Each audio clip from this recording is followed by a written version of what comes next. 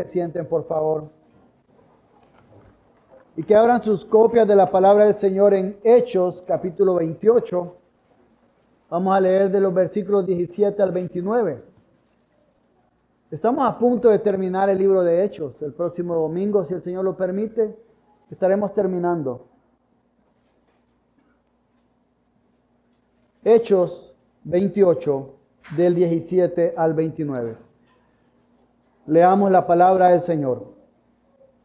3 días después, Pablo convocó a los principales de los judíos, y cuando se reunieron les dijo: hermanos, sin haber yo hecho nada contra nuestro pueblo, ni contra las tradiciones de nuestros padres, desde Jerusalén fui entregado preso en manos de los romanos, los cuales cuando me interrogaron, quisieron ponerme en libertad, pues no encontraron causa para condenarme a muerte.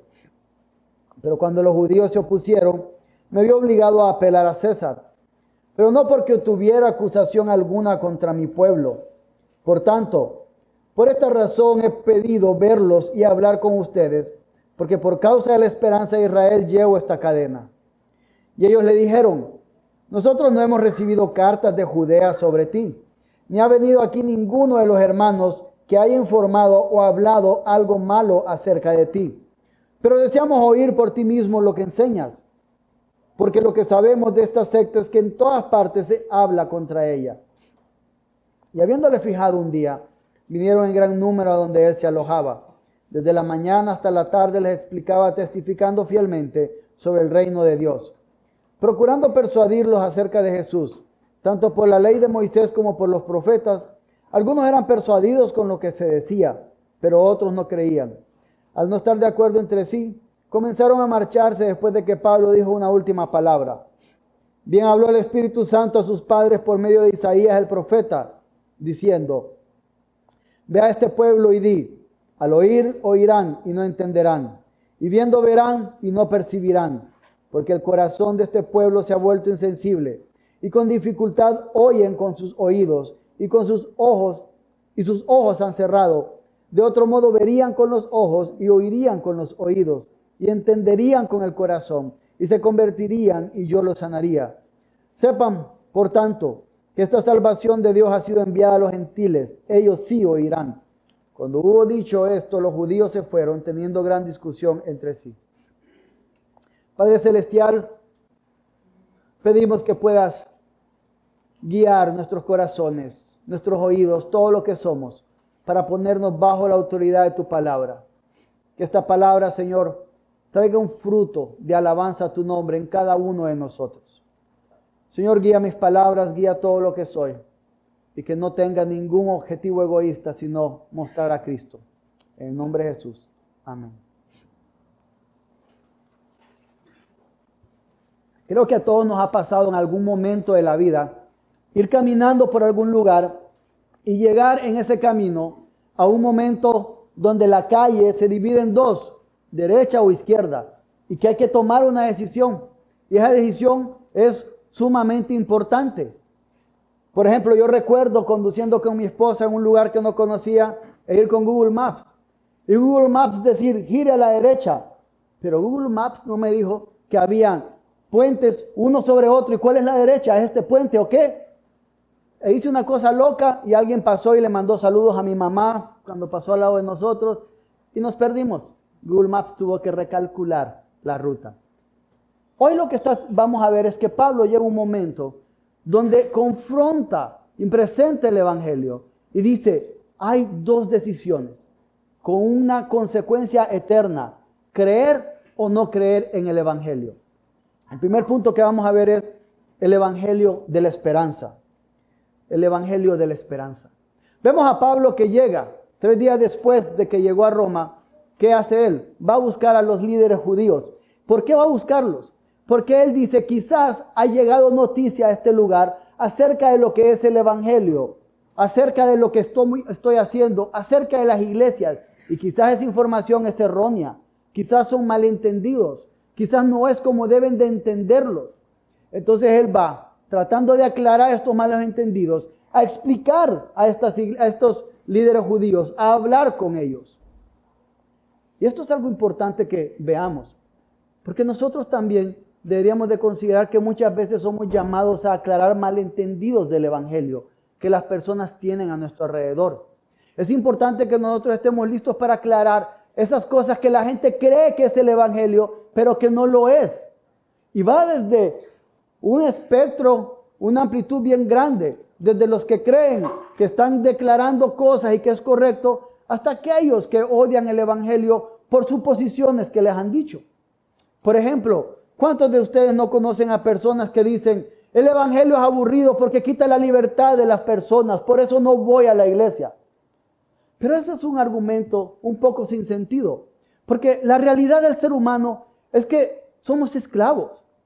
Si usted es pecador y vive en pecado, es esclavo del pecado para muerte. Y si usted es creyente, es esclavo de Cristo para vida. La condición del ser humano es ser esclavo siempre. El tema es de quién somos esclavos. Y tiene consecuencias grandes para esta vida y consecuencias eternas también. Entonces lo que dicen es que quita la libertad. No entienden realmente que no son libres, sino que viven por la esclavitud de sus pecados, de sus deseos pecaminosos. Entonces a veces es bueno aclarar eso. Hay otros que dicen, no, es que ir a la iglesia, el cristianismo va en contra de la naturaleza, del deleite humano. El ser humano por naturaleza se deleita. Mi respuesta es sí. Estamos diseñados para deleitarnos, pero en el deleite más sublime y más grande que puede haber, que es Dios mismo. Entonces, cuando alguien dice eso, es porque está deleitándose en cosas que no duran, que no funcionan, que no traen tranquilidad. También vamos a tener algunas personas que conocemos que van a decir que cierta creencia que la sacan de la Biblia y no es correcta. Y hay malentendidos entonces que tenemos que estar aclarando constantemente. Pero ojo, ojo, ojo. Yo esta semana tuve una conversación con alguien y decía esta persona, pero Pablo habló duramente contra algunas personas. Y lo que hablábamos era que sí, Pablo habló duramente muchas veces, pero cuando Pablo hablaba desde el contexto de quién era él. Hemos leído cómo él sufrió por el Evangelio. Hemos leído cómo él amó a otros. Leemos sus cartas y como dices, trabajé. Su carácter lo respaldaba. Y a veces nosotros queremos solo tomar la dimensión del Pablo que ataca y no el carácter completo de este hombre que no era perfecto, que era pecador, pero que tenía un carácter donde él decía, yo soy imitador de Cristo. Entonces cuando vamos a persuadir, cuando vamos a hablar acerca de estos malentendidos, tenemos que tener cuidado. No siempre tenemos que tener la espada para cortar cabezas, pero pedir sabiduría al Señor de cómo hacerlo y pedir oportunidades y tengamos cuidado a veces. Las oportunidades para aclarar los malentendidos pueden ser con unas cadenas en las manos, como estaba pasando con Pablo. Lo que quiero decir, no siempre van a ser las mejores condiciones.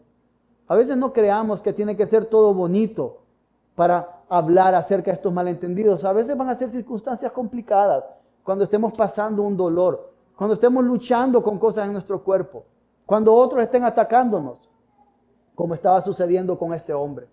Entonces él llega ahí, y él llega con un contexto, la esperanza. Ya hemos visto en otras ocasiones cuando él dijo, por la esperanza de Israel me tienen a mí aquí preso. Y él dice, estoy aquí con cadenas por la esperanza que hay. Era una esperanza distinta a la esperanza que el mundo secular ofrece. No importa dónde hemos crecido, aquí hay personas que hemos crecido en distintos países y distintas partes de este país. Y hemos escuchado siempre las mismas cosas. Si usted termina esta maestría o este doctorado, eso le va a asegurar el éxito. Si sus hijos estudian en esta escuela o aprenden este otro idioma, eso le asegura el éxito. Si usted logra casarse con una persona que tenga su mismo nivel educativo o social, eso le asegura el éxito como matrimonio. Y otras cosas. Pero lo que está diciendo aquí Pablo es, la esperanza que tenemos no es como la esperanza que del mundo, que se agota, que se acaba, que no es real. Y no digo que todas esas cosas son malas, algunas son buenas. Pero lo que digo es que la esperanza verdadera es Cristo Jesús. Y él comenzó a persuadir y a hablar acerca de Cristo desde el Antiguo Testamento, desde la ley de Moisés y los profetas. Él comenzó a hablar acerca de la esperanza que tenían, que es Cristo Jesús. ¿Y qué es esta esperanza? Es el Evangelio. ¿Y qué es el Evangelio? A veces es bueno recordar lo que es. El Evangelio, lo que nos dice, es que el Dios creó todo bueno, incluso el ser humano. Pero el ser humano desobedeció el mandato de Dios, escuchando a la serpiente, a Satanás. Y con eso cayó en pecado e introdujo el pecado en la creación de Dios, causando que nuestros cuerpos se deterioren, que la creación se deteriore, pero sobre todo que esté el ser humano alejado de Dios. Y que la respuesta para eso es muerte. Pero Dios en misericordia da una promesa, un redentor que habría de venir. Y ese redentor es Dios Hijo, que se encarna y que vive una vida santa que solo Él podía vivir. Y cuando muere en la cruz, muriendo la muerte que usted y yo merecíamos, Él nos da su santidad, su justicia. Y desciende a la muerte, a la tumba, pero resucita y está a la diestra del Padre intercediendo por usted si es creyente. Intercediendo en cada instante por usted, si usted ha puesto su confianza en Cristo. Y un día va a regresar para juzgar a los que no son suyos y para gozarse con los que son suyos. Ese es el Evangelio. Y eso es lo que está hablando Pablo. Eso es lo que está mostrando desde la ley de Moisés y desde los profetas. Pero noten lo que él hace. Dice que él procuraba persuadirlos acerca de Jesús. Él no solo estaba hablando, escuchen esto y miren a ver si creen. Él estaba diciéndoles, deben de creer. Quería convencerlos. Si es tan bueno lo que ofrece esta esperanza y es tan mala la condición del ser humano sin esta esperanza, Pablo quería convencerlos, quería persuadirlos. Imagínense ustedes que están en una casa, están con una persona que quieren mucho, que aman, pero esta persona es ciega y de pronto la casa empieza a quemarse y la persona dice, hace calor, y ustedes ven las llamas que empiezan a crecer y la persona dice, no empiezo a respirar bien porque hay humo, pero no puede ver las llamas, es ciega. ¿Y ustedes qué van a hacer? Van a decirle, se está quemando la casa, tenemos que correr. Confía en esto. Empiezan a persuadirlo de que está en peligro. Y eso es lo que comienza a hacer aquí Pablo. Y entiende la condición del ser humano, la ceguera que tienen ellos, y comienza a persuadirlos, sabiendo que la respuesta del Evangelio depende del Espíritu Santo. Pero la labor de cada uno de los hijos de Dios es persuadir e invitar a otros y mostrarle cómo están en su necesidad de Cristo y que Cristo está cercano para los demás.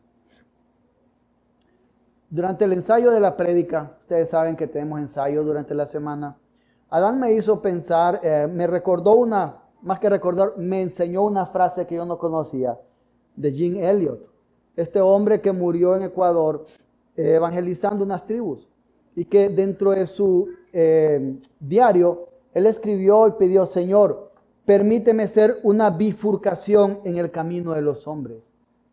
Permíteme ser una encrucijada, una bifurcación. Ser alguien que les hable del Evangelio, que la gente no tenga más decisión que entender que o van a Cristo o siguen lejos de Cristo, pero que no hay puntos medios. Y eso es el punto de esta persuasión que Pablo está haciendo. Está diciendo, hay que tomar una decisión. Creer o no creer en Cristo. Y estas son las dos respuestas que podemos tener únicamente ante el Evangelio. Cuando se nos presenta es, o creemos en Él o lo seguimos rechazando. Y esto nos lleva a nuestro segundo punto. El Evangelio de la unidad. El Evangelio de la unidad. Vemos en la parte final del versículo 22 que estos hombres dicen, queremos oír lo que enseñas, porque lo que sabemos de esta secta es que en todas partes se habla contra ella. Esto de todas partes significa que el cristianismo, que el evangelio había llegado a muchos, si no a todos los rincones del imperio. Y muchas personas habían escuchado. Y esto no es más que el cumplimiento de la promesa de Cristo Jesús. Cuando en Hechos 1:8, Él dijo, recibirán poder cuando el Espíritu Santo venga sobre ustedes y serán mis testigos en Jerusalén, en toda Judea y Samaria y hasta los confines de la tierra. El Evangelio llegó a todo lugar. Llegó a Honduras, los confines de la tierra. Llegó a todo lugar. Y lo que estaba pasando es que personas, y lo podemos ver en lo que hemos estado viendo en Hechos, personas de todo lugar, de toda clase social, estaban creyendo en el Evangelio. Se habla mucho en estos tiempos de unidad, de diversidad, de inclusión. El Evangelio es lo que más une a las personas. El Evangelio es lo que promueve la mayor diversidad de verdad. El Evangelio es lo más inclusivo que puede haber. Pregúntense ustedes mismos, ¿en qué otro lugar podrían haber conocido a personas como las que conocen acá? ¿En qué otro lugar, sino en el pueblo de Dios? El que es acaudalado, el que tiene mucho dinero, se sienta con el pobre a comer en la mesa juntos y se visitan. ¿En qué otro lugar la anciana se sienta con la joven y hablan de la vida? ¿En qué otro lugar puede pasar esto si no es en el pueblo de Dios? Y es por eso que ante el Evangelio que nos une tenemos que pensar, ¿quién es mi mejor amigo? ¿Dónde están mis consejeros? ¿Dónde están aquellas personas que admiro? ¿Dónde están aquellas personas que me instruyen? ¿Dónde están aquellas personas? Son las primeras que pienso para ir al cine. No hablo de olvidar el mundo. Vivimos en el mundo. Pero la Biblia dice, prefiéranse unos a otros. Estamos promoviendo ser parte de esto, creer en el Evangelio. Esta bifurcación, cuando creemos en el Evangelio, nos trae a esta familia de la fe. Y nunca me voy a cansar de decir lo hermoso que es la iglesia. No siempre es fácil ser iglesia. A veces nos enojamos. A veces no nos agradan cosas de algunos. Pero estamos siendo santificados y vamos de la mano en esta vida, unos con otros.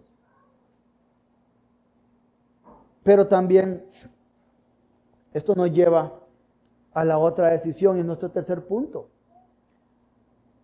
El evangelio de la separación. El evangelio de la separación. ¿Qué es lo que estamos viendo acá? Algunos no fueron persuadidos, no creyeron. Quiero que lo primero que pensemos es esto. Usted va a anunciar el evangelio en muchos lugares, en su familia. Padres, ustedes van a anunciar el evangelio a sus hijos.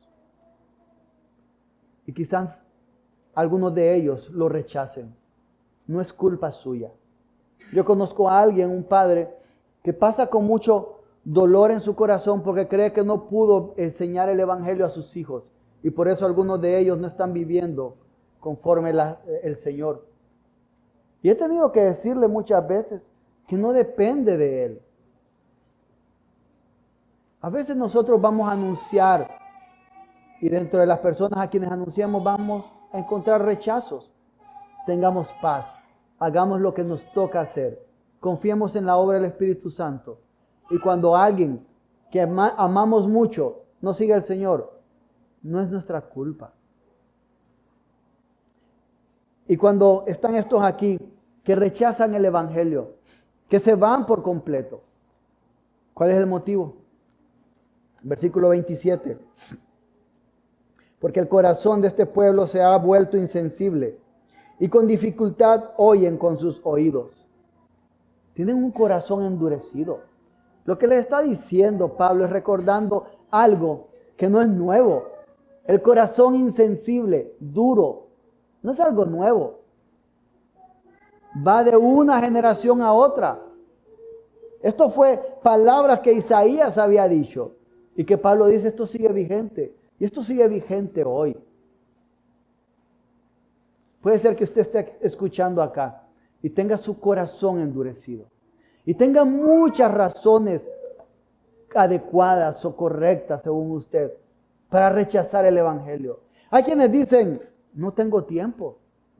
Eso de estar yendo a la iglesia Me quita tiempo para hacer billete. Me quita tiempo para estudiar y crecer en lo que me va a traer aquello que yo quiero. Eso no es cierto. Está argumentando para algo. Y les aseguro, muchas de las personas que viven dando todo su tiempo a hacer billete y a esforzarse, son personas que suelen estar siempre en problemas, siempre sin alegría y siempre sin obtener ese billete y ese éxito que están buscando. Otros suelen decir, no estoy preparado para seguir a Cristo. Hay tantas cosas a cambiar. Es que si hay pecado en su vida, eso es lo que lo califica para venir a Cristo. Cuando mis hijos estaban pequeños y jugaban en la calle y llegaban todos sucios, bueno, están grandes y aún llegan sucios a veces. Pero cuando vienen sucios, venir sucio los califica para una ducha. Se han ganado una ducha. La maldad que hay en cada uno de ustedes, si usted cree que la maldad de su corazón es la excusa para alejarse de Cristo, no, esa es la razón para venir a Cristo. Hay también quien dice, no soy tan malo. No soy tan malo. ¿Comparado con quién?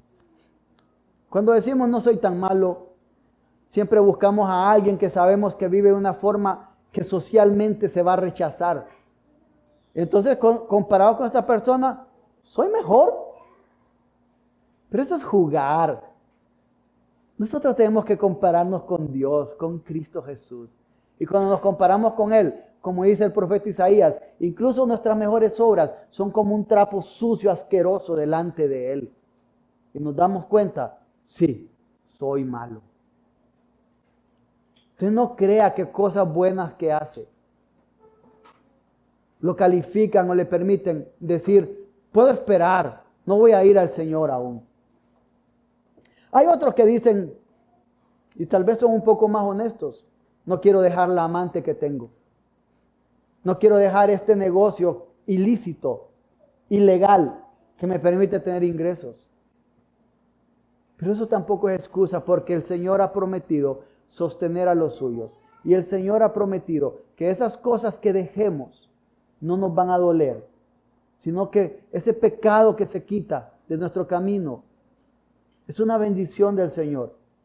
Y Él ha prometido que Él es mejor que cualquier cosa. Y pueden haber más excusas. Creo que ustedes han escuchado, o tal vez ustedes mismos pusieron algunas excusas, o están poniendo en este momento excusas para no venir al Señor. Para en este punto de decisión, cuando el mapa dice, vaya a Cristo, y ustedes quieren ir en la otra dirección, ninguna de esas excusas realmente funciona, es válida. Ninguna de esas excusas en verdad sirve. Estas personas, recordemos, eran judíos y tenían la ley de Moisés y los profetas. Tenían esa ley desde la cual Pablo estaba argumentando y persuadiéndolos. Y aunque tenían la ley, no creyeron.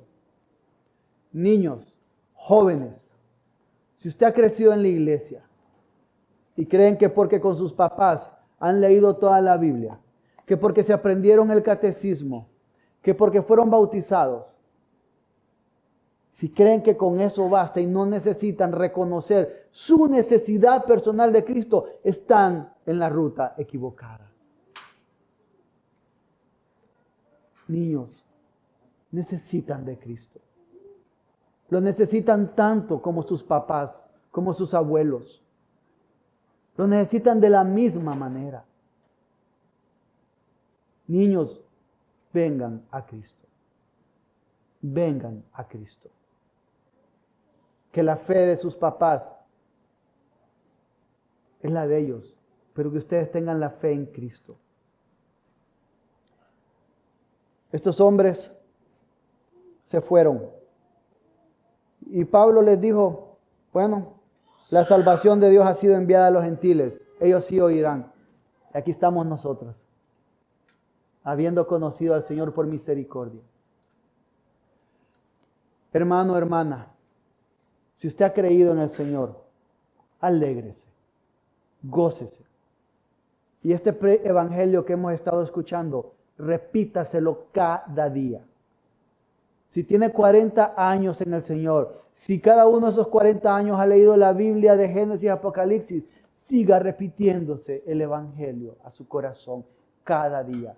Porque lo necesita igual que el día que dijo, voy a Cristo. Si usted no es creyente, venga a Cristo. Corra a Cristo. Él dijo, el que a mí viene no le echo fuera. El que a mí viene no le echo fuera. Y usted necesita desesperadamente de Él.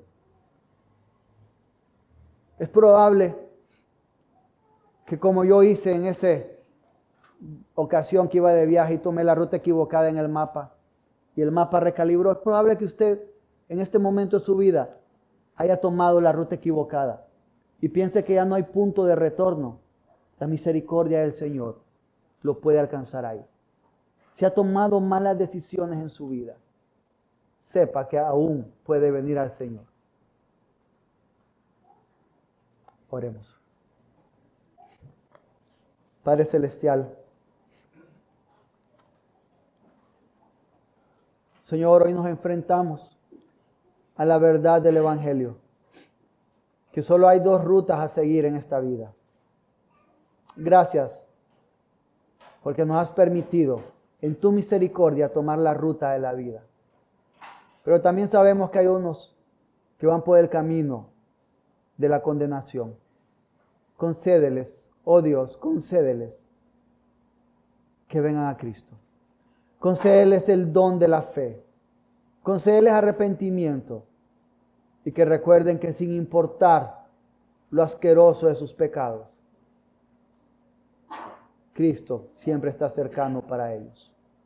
En el nombre de Jesús. Amén.